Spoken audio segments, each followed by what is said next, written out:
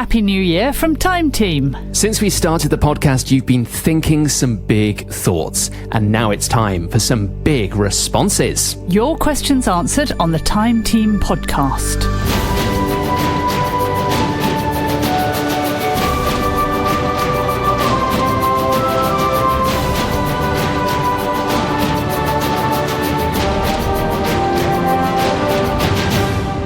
Yes, hello and welcome to the Time Team podcast with Martin Williams, Helen Geek, and we welcome back once again Time Team's Derek Pittman. Hi, Derek. Hello. It is our first episode of 2025, and we wanted to do something that we'd been meaning to do for a while, and that's get through a few more of the brilliant questions that you've been sending in via Patreon. Yes, at the end of every podcast, Patreon supporters get the opportunity to ask me anything, and I'll do my very best to answer.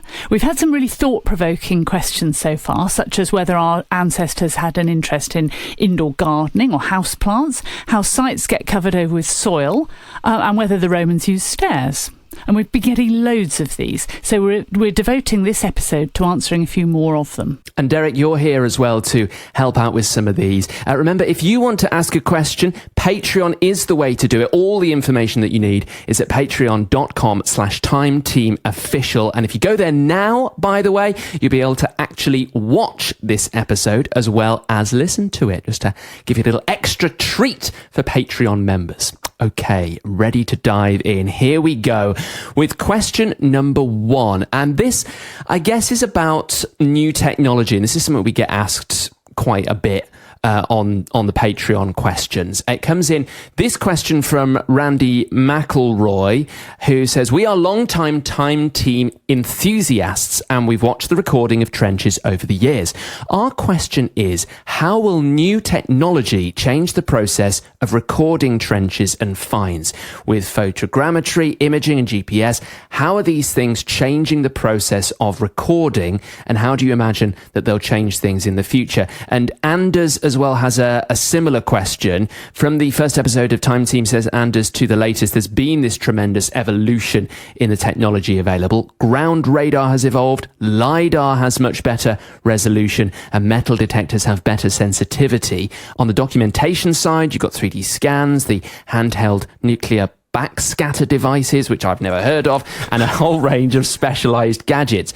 While my guess, says Anders, is that the new technology mostly gives you help during and after an excavation, have you ever been in a situation where, in hindsight, it turned out to be a hindrance rather than a help? Anders will come back to that bit of the question in a second. But Derek, maybe I can come to you on this one and the new technology and how it's helping, and maybe where you see that new technology going in the future. I guess first the answer is yes, new technology helps us immeasurably with things like recording, with prospection, with even characterizing archaeological remains. And I think that's where the technology is heading across the board, in that archaeologists are very good at finding things and they're very good at getting a sense of what things may be, but actually being able to use new technology and particularly non-invasive means to actually characterize what people did rather than just identify spaces and shapes in the landscape. We can do that to a point with things like geophysics already, and John's been doing that for years.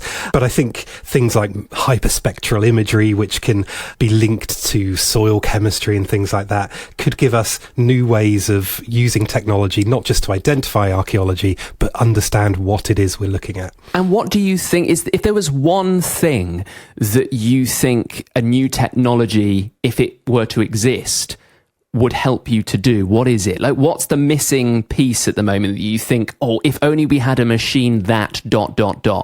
Oh, that's a great question. So when we think about geophysics, when we think about all of the brilliant work John's done over the years, the one question it often struggles to do, unless you find something massively diagnostic, is chronology. You can often see shapes, you can see overlaying features, you can see all of these complex traces of inhabitation and activity, but what you don't tend to get is the chronological, so the vertical resolution between them, to say what happened first, what happened next. And I'd love a bit of technology to allow us to do that non-invasively. Helen? Yeah, I was just thinking about, I think it was once an April Fool where it was announced that someone had invented a ceramic detector.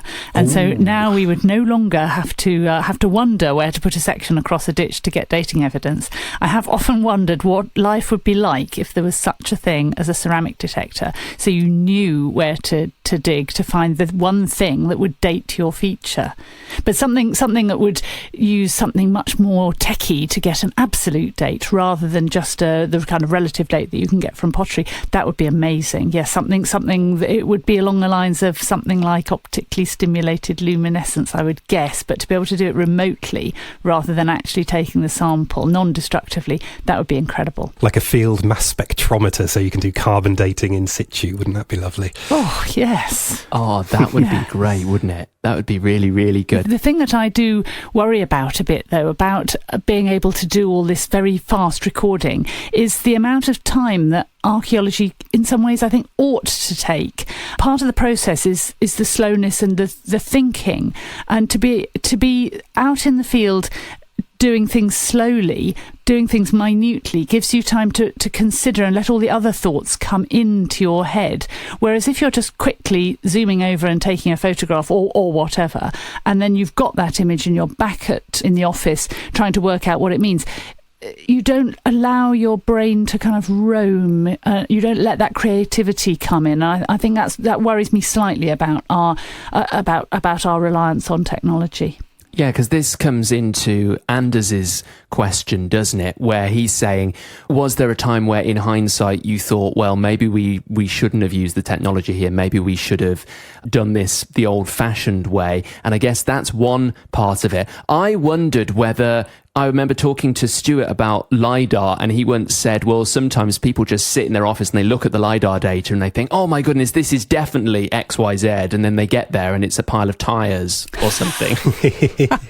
I think I'd echo that, and I'd echo what Helen said. But it's not necessarily the technology that's the problem, it's the over-reliance on it and the lack of investment or engagement with the more traditional recording skills. Because I think, as Stuart would say, in a landscape context, the going out and sketching some hashes on a piece of paper allows you to think about relationships. It allows you to think about structures in a way that just having an image of it doesn't. And similarly with you can do a brilliant photogrammetric picture of a trench section, but to sit and draw the individual fills one by one, you get a genuine connection to that sequence of events, which I think you struggle to get if you just take a quick picture and move along. Yes, it really makes you look hard at it, doesn't it? It's what I think the jargon is. It's a heuristic device, something that makes you think about it. I think this fits in really well, actually, with the second question on the podcast, which I suppose asks the question, when do you need to decide when not to dig? It comes in from Graham. Hiya, Graham. He says, love the podcast. Thank you, Graham. Thank you very much for saying that. I've often wondered, says Graham, how do you know when to leave things alone for those that'll follow you? Tech moves forward, and sometimes I feel that as much as you want to get at a site, you do have to leave some things for those that'll follow you for when the tech improves to a point that it can achieve what you currently can't. Think what was lost trying to unroll the Pompeii scrolls. That is a really, really good point, isn't it, Derek? That if you start using technology now and go and uncover everything, you might be sort of ruining that archaeology for the thing that gets invented in 25 years, 30 years, 100 years' time that could have answered that question if only it had remained in the ground. I think, yeah, it's a really interesting question, this, and I think a lot of archaeologists will agonise over the ethics of this an awful lot. And it's why a lot of excavation projects will only sample features, so they won't 100% excavate something, knowing that there could be a time in the future where better technology would help understand it. But I'm kind of reminded of a quote, and I think I saw it on Time Team, it may well have been Mick, in fact, who talked about archaeology not necessarily being about investigating those things that are only at risk, but protecting archaeology through knowledge. And quite often in investigating a site, in doing a targeted investigation or a small sample of excavation, you can identify the importance of something which then protects it in future from things like agriculture and building. And I think there's a real balance to be struck between understanding something enough to know it's important and worth saving for the future, and also not knowing anything about it, so it's at perpetual risk. So it's a real balance, and it's a very, very complicated one. You can take this to an extreme where you become paralysed by thinking that people in the future are going to know so much more and be able to get so much more out of a site. But if we don't keep going, then our techniques will atrophy, and we'll get to the point where we can't actually do archaeology anymore if we're not actually doing it. You learn by doing it. But secondly, there's no guarantee that anybody in the future is actually going to be interested. We're interested in particular things now that I feel say more about our society than perhaps they do about the past sometimes, and that people may be interested in entirely different things, and we have to kind of keep going and recognise that there will be improvements in the future, but also remember that we're doing this for the people alive now, and the people alive now are interested in things. But having said that, which all sounds very grand and high flown and so on, there are often slightly more prosaic reasons for not doing something. So I think a lot of the time, if you don't have the time and you don't have the oomph to do a particular thing, you will often say, oh, well, I'll leave it for the future. And I think that's absolutely right, because it's much better to not do something that you feel it would be a stretch to do because you won't do it particularly well. Leave it. At the moment, my day job, working with the Treasure Act, we've got the most immense amount of treasure this year, more than ever before. And one of the things that I've got in at the moment is a piece of gold sheet which is rolled up, and it looks very much like one of those. They're not common at all, but there are occasional pieces of gold sheet that are inscribed during the Roman period and then rolled up to hide the inscription. Now, we've been wondering about whether we should unroll it.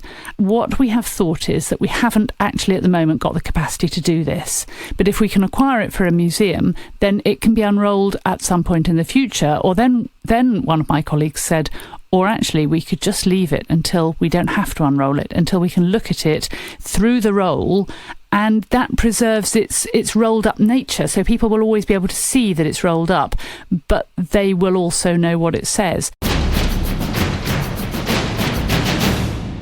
Got a question for you now on a topic that is a very modern topic to be talking about, and is unfortunately on a lot of our minds at the moment, and that's climate change. This has come in from Richard. Hi, Richard.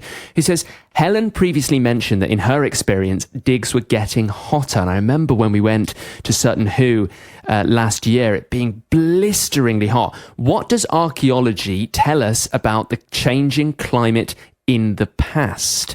And Richard sort of references the Little Ice Age and that kind of thing, telling us about the changing climate in Europe in the Roman period. But what do we know about this? Helen, what's your thoughts? Because, I mean, the world is getting hotter. Yes, absolutely. And the evidence of the world getting hotter is preserved in things like cores through ice. When small pieces of ice are deposited every year in the Arctic, they can preserve bubbles of air and all sorts of different kinds of evidence that can help you work that out. Another place that you can find these annual deposits is in at the bottom of lakes. For some reason they're called varves, I think.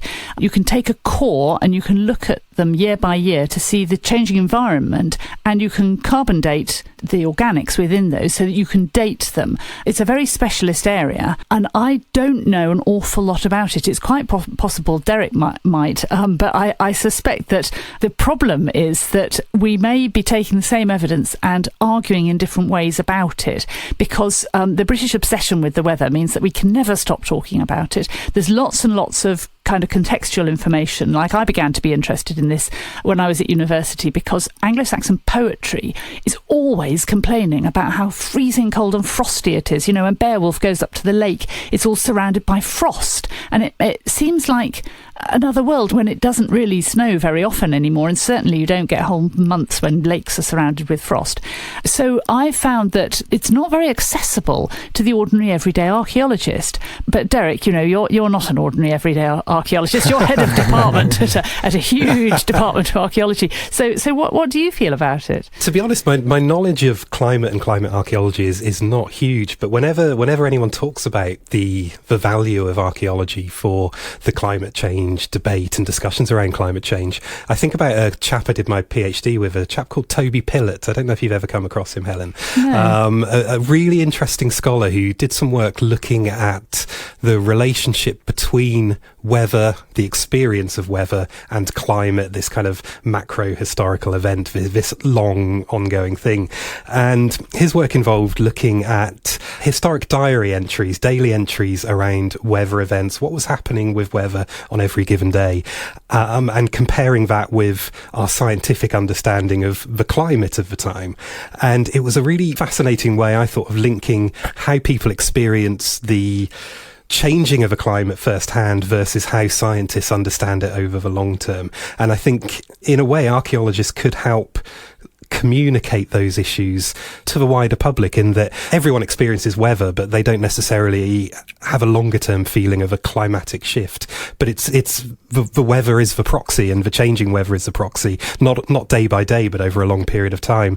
And I think that's where archaeology can really help with the debate, by drawing links between individual human experience and wider kind of scientific interpretations of the climate. And in terms of the climate change that's happening now, how is it affecting the modern archaeology that we're doing? And I'm just thinking of things like the permafrost in Siberia thawing, and there might be some archaeological treasures under there that we would be losing because that ice is melting, and we'll have lost that. And things like peat bogs as well, and you know, the changing climate, meaning that the archaeology we have access to is becoming more difficult. Yeah, I think that people, I was going to say people like Ötzi, but in a sense, Ötzi, the Iceman found in the Alps, he's an archaeological site in himself, and he was only preserved from the Neolithic because of the ice. Other sites, like, in inverted commas, like Lindau Man, are preserved because they're waterlogged in the peat. And every time something changes, every time a piece of archaeology is brought out of a stable environment, or the environment changes, it is vulnerable, and we're potentially losing something. So we do have to be aware that it's happening.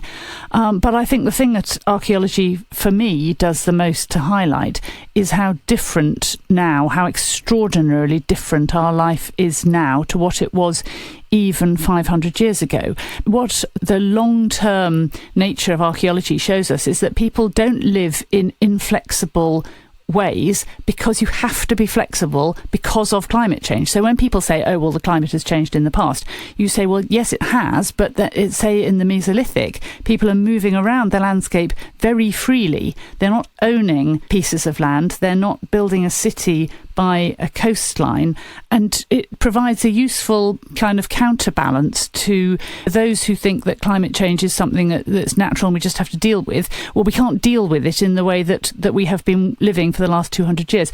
Life has speeded up so much that the last 200 years feels like how it's always been, but it absolutely is not. Yeah, and of course, the speed at which climate change is happening is far faster than it would have been for any of our ancestors who might have experienced a changing world as well. And you have all that to add on top of things as well. Well, I don't know, because what about at the end of the last ice age? What would life really have been like in the Mesolithic? How quickly did things change? I mean, I'm not sure if I hadn't been told that I would have noticed climate change. Even somebody living where floods are happening almost every year, you might think, well, it's just a blip. We need that information, and that, as Derek says, colours our view. Our perceptions are so out of whack with the actual data, because as human beings, even though we think we live a long time, our lifespans are pretty short. And I realise that I started this sentence disagreeing with you, and I've ended this sentence agreeing with you, Martin. Well, I'm all for that to happen more. That's good. That's great. This is the Time Team podcast, by the way. It's Martin Williams with you, alongside Dr. Helen Geek, of course, and Derek Pittman, who's joining us for this episode, answering your questions. Professor Derek Pittman. No prof yet. No prof yet. Oh, well, Dr. Derek Pittman, certainly. An associate prof, which I think means budget prof. Okay. Sorry, Derek. I was being far too colloquial. I know I've got to be deferential to Helen, but, to you, I can only apologise. I'm sorry. Lord and Lady,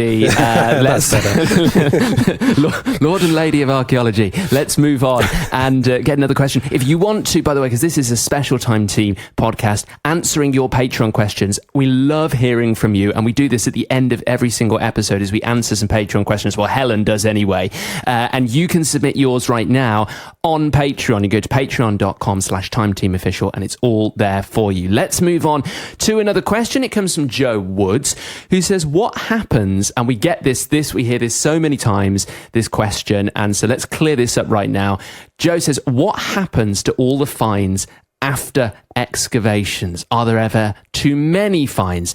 M. Richards also asks a similar question. I'd love to hear more about the conservation that goes on after the dig and how the various items are restored, the different conservation experts, and how long these processes take. So when you get something out of the ground on a Time Team dig, it goes onto one of those finds trays and then off it goes. What happens next then, Helen? Well, all the finds have to be washed and they have to be marked so that if something goes wrong, we can track them back to their original excavation, so that there's a mark on each object, ideally. I think in some very large cases, they're not marked individually, but they're marked by bag, so that everything can be reassembled at any time in the future.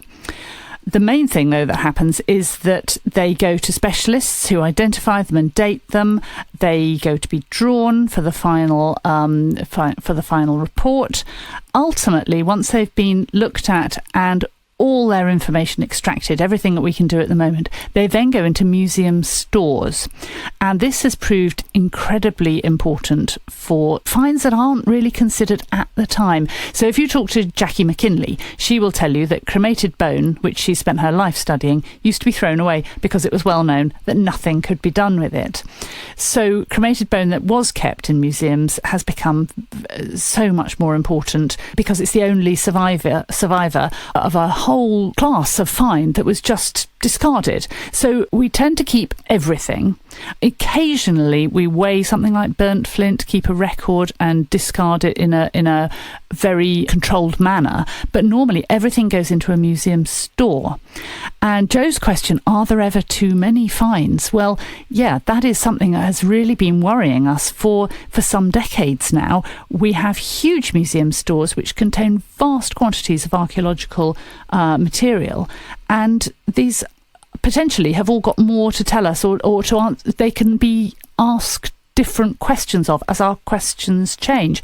But is this sustainable? What will we be doing in 30 or 40 or 50 years' time? Can we carry on just storing everything? It's a question that's worrying a lot of people and more people as the years go on. And can you digitize them? I guess that's the next thing, isn't it? If you make sort of digital versions of them, scan them using some sort of technology, you could keep some of these finds digitally. It's an interesting question, that, because it almost goes back to the question we had earlier about when do you decide to dig or save something for the future.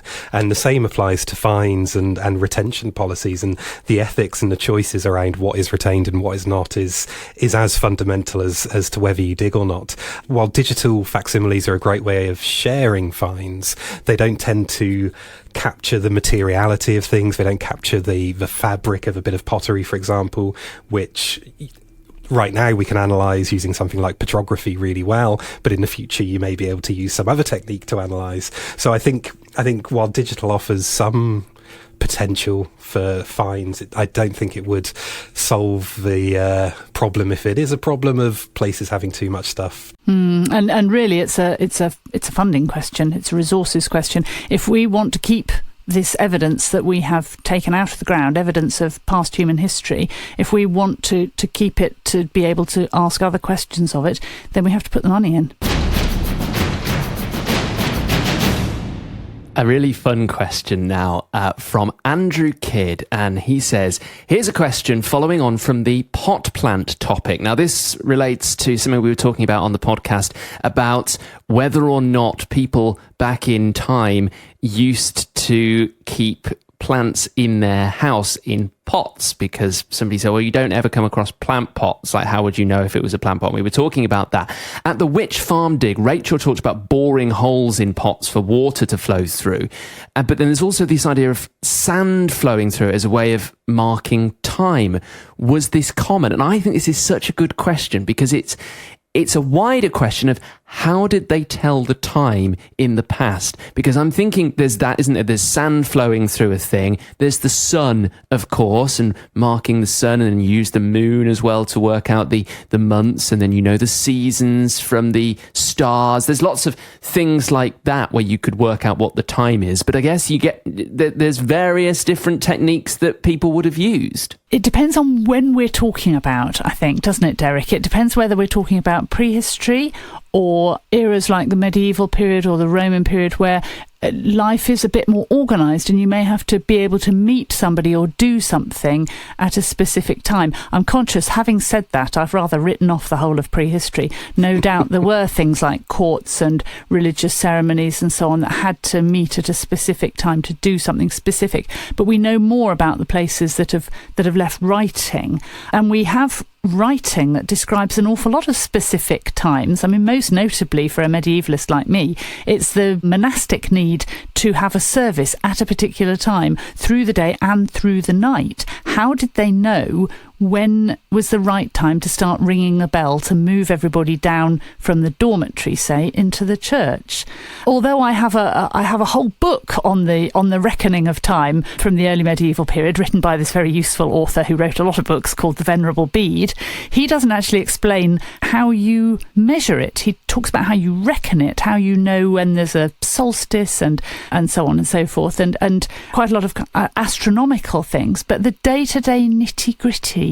And what do you think, Derek? It's a really interesting question, isn't it? And I guess there's two ways you can look at it, because I think we, in a modern sense, have a very fixed perception of what time is, in terms of we have clocks, we have times, we have hours. And in a similar way that we understand space through maps and Google Maps or whatever other map services are available, the technologies we have shape how we understand something. And I can't help but think that, thinking more of prehistory here, the way in which time would be perceived and understood was probably much more organic, in a sense, much more related to, as you say, the sun coming up, the sun going down. Measuring through water flow is one example, or sand flows. Thinking more generally about time being a bit more flexible in a way. We have this perception that time is fixed and it has limits and boundaries, but it could well be quite relative as well. I will see you after we've done this. I will see you after the X has happened. All that said, then you get something in Greece like the Antikythera mechanism, which is obviously a sophisticated piece of timekeeping. So it's an interesting one, and one I considering time is at the very essence of what we do, I've not thought about it as much as maybe I should. Yeah, that's a really good point with the Antikythera mechanism, because that is the only thing of its kind that survives, and it only survived because it was in a shipwreck. And we have a historical account. There were water clocks in the Arabic world, and we've got this historical account of the Caliph Harun al-Rashid. He gives a water clock to the Emperor Charlemagne in France in around 800 AD. I'm not aware of any of these water clocks, certainly in Europe, surviving. So something like that, it doesn't get lost, it doesn't get thrown away, it gets carefully dismantled, the bits carefully melted down and reused or whatever. But the illustrations that we have of them seem to be rather like the Antikythera mechanism, very, very precise, and the water isn't just kind of randomly running out of something. It's not just like an hourglass. The weight of the water is providing the kind of like the battery for the clock, and they're very precise, and that probably says something about the difference between Charlemagne, who didn't have a water clock, his kingdom, and the Arabic caliphates and so on that did have water clocks and clearly needed them. I must say, these questions are they're so penetrating and they're so wide-ranging that we tend to stay on the little tram lines of our speciality. And it's only when somebody asks an enormous question like this that you suddenly think, I've got to go and look at the Arabic world. I've got to take everything into account. I've got to think of prehistory and Africa and everywhere. And we're quite badly equipped to do that. Even if you spent your whole life as an archaeologist, you stay in your world, and these take us out of our worlds. Would having the ability to better measure time have given a society an advantage? I mean, we know that it did for us in the modern world, in terms of, you couldn't really very well run a train service if all your every single city had a different time, and sort of standardizing it was something that came with the railways, and that helped our society. But that's the very, very modern world. I'm talking about, before that, when you didn't have the kind of the concept of a clock or anything like that could accurately measure time. If you did have a way of doing it with some degree of accuracy, would that give you an advantage? I'm thinking maybe for trade, or maybe for sort of organising battles against your enemies or something. Yeah, I don't know. I'm wondering whether for battles, whether it's a positive disadvantage to be interested in time, because if your enemy is a lot more fluid about time, you may be surprised. And if you are a bit precise about time, you will not be able to surprise your enemy. I'm just thinking, I know you asked about the distant past, but I'm just thinking about my grandfather's memoirs of the First World War, where he says that the Germans used to shell every 10 minutes. And so you got about, 8.5 minutes to do some work and to sort things out before you knew the next lot were going to come over. And so you could actually get quite a lot done because they were too stereotypically Germanic about their precision bombardments. But then that's only weapons. There might be aspects that, certainly our civilizations, our dominant civilizations now, are very keen on precision measurement of time. So presumably it does give you some kind of advantage. I was just thinking with battles, if you've had two tribes or, groups that were geographically separated but were coordinating an attack on a third tribe, and if you said, well, when this happens at this time that has been decided, somehow agreed, we will attack and you'll attack from the east and we'll attack from the west, that gives you a tactical advantage. Whereas if you didn't have an ability to tell the time, where you both knew the time was the same as one another, you wouldn't be able to do that. It's an intriguing one. It's almost as if controlling or having a good measure of time allows you to control your time in a way. I mean, even if we take today, for example, we were due to meet at 2:00. Before that, I had an hour of a meeting, then a different hour of a meeting, then a lecture first thing in the morning. I could plan to precision, so I could get a lot done in my day because I could plan my time accordingly. But if we were planning this podcast without clocks, without any digital means, we'd have to say, I'll meet you around noon, and you might have to wait half an hour, wait an hour. There'd be a lot more wastage, I think, in terms of a clock-free zone, and I'm not sure whether that's a good or a bad thing, but it's a slower pace of life, isn't it? Yes, and that takes us back to that technology question of, if you are living a slower pace of life, you may get less done in a way, but do you do a better job because you've got more space in your mind to think up new ideas? You may be happier. Yes, that's true. Let's end on a question, I suppose, about time, in terms of, we've looked to the past. Now let's look to the future for our final question. It comes from Nameri, who says, my question is based on Stuart and his maps. Okay. What do the team think about the fact that life is increasingly digital? Do they think that maybe hundreds of years in the future, our documents and maps will be like a new Dark Ages, because they won't be on paper. You won't be able to physically get at them and access them. Is there going to be a big sort of information age gap in the records? It's true, isn't it? Because so much of the stuff that would tell you about what is going on with life right now is digital. I mean, obviously there's a lot of physical stuff too, but a lot of our information is now digital. If all of that were to disappear somehow, what would be the record, and how would you get that information back in a different way if you were an archaeologist looking back on our lives now? This is a fantastic question, and I really want to jump in on this one because I've got two strands I want to draw upon. The first one is, it reminds me a little bit of a book I read recently by Robert Harris called Second Sleep, and I won't make any spoilers about the book, but it explores the theme of a digital dark age quite nicely, I'll say that much. But it's also that there is issues here, and digital preservation is a hot topic in archaeology at the moment. I was chatting to a colleague recently who used to work for Epic Games and worked with Sketchfab, which is something we on Time Team use, and we share artifacts, 3D artifacts with our Patreons via Sketchfab. Sketchfab has recently been converted into Fab, a new monetized system, and all of those many hundreds of artifacts that archaeologists have been putting 3D models of on Sketchfab over the years may well start to not be curated anymore. So we've almost been relying on a digital system that we have no agency or control over, and that record's going to vanish. And I think rolling that out over the entire digital age, there could be so much lost in terms of our record keeping, in terms of our histories.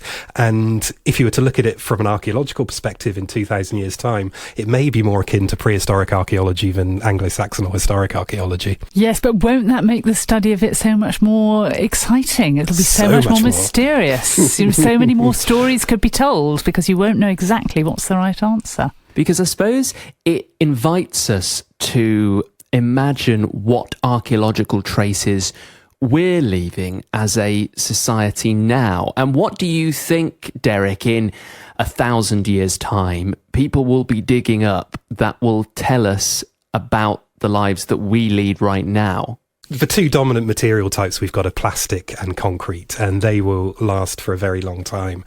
In terms of how people are understood, I would imagine if I was an alien archaeologist dropping down on Earth now, I'd be quite baffled by some of the material culture we use, the McDonald's cup culture that seems to be a global phenomenon and yet masks lots and lots of cultural and social variation around the world. There are several novels that look back on our age from a kind of post-apocalyptic future where they are actively mining our remains. I mean, one that I'm very fond of is Ridley Walker, which even the language has changed in the novel of Ridley Walker, and it's quite difficult to understand. It's best to read it out loud.